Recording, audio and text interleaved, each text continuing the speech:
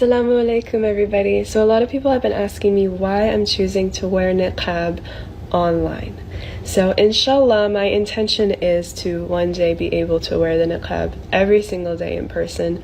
I personally think it's just the most beautiful thing to have yourself protected and veiled.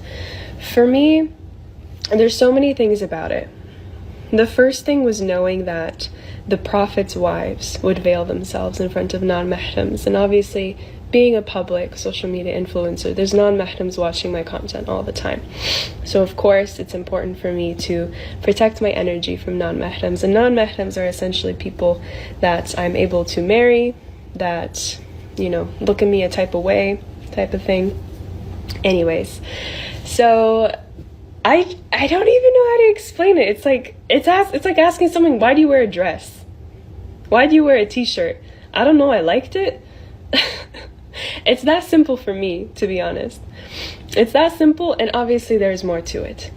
I feel so close to God. I feel like I am genuinely committing myself to something that is so much more than my ego. Because my personality, a lot of it has been my appearance, how I look.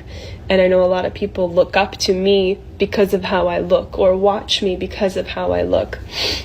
I've lost so many followers since wearing the niqab online, and I'm so happy about it because this is taking out people who are judging me from a level of ego. So people who are in their hearts, they see people wear whatever they want and they're like, whatever, it's your life. Because they're operating from their hearts, and they say, it's not my place to judge you. It's not my place to tell you what's okay and what's not okay. So there's so much to talk about. I know a lot of people are concerned, they're calling it extreme, but again, me as a Muslim woman who's very committed to the path of Islam and the path of really being the spiritual, operating in the spiritual container, in the container of Islam, I know that it makes, I don't even know how to put it into words sometimes.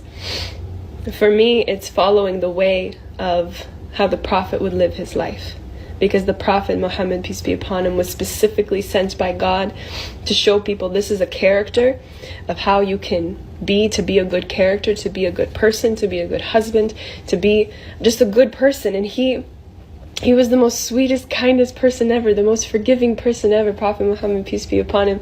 And so his wives, and for the women, we look at the wives. How did the wives used to live? And when I read that they literally would face veil, I'm like, okay, this is just confirmation for me.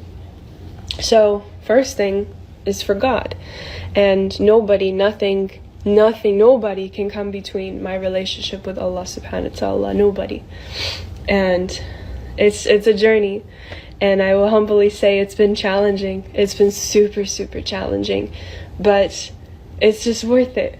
It's so worth it, because it's nothing that I haven't faced before when it comes to challenges online, challenges with my family.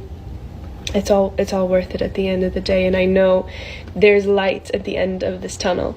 So I'm happy to be this mirror for people who feel triggered when they see niqab, when they see someone who is so covered, who's so modest, to this point that they think it's suppression, they think it's oppression. Oh, this woman is being oppressed.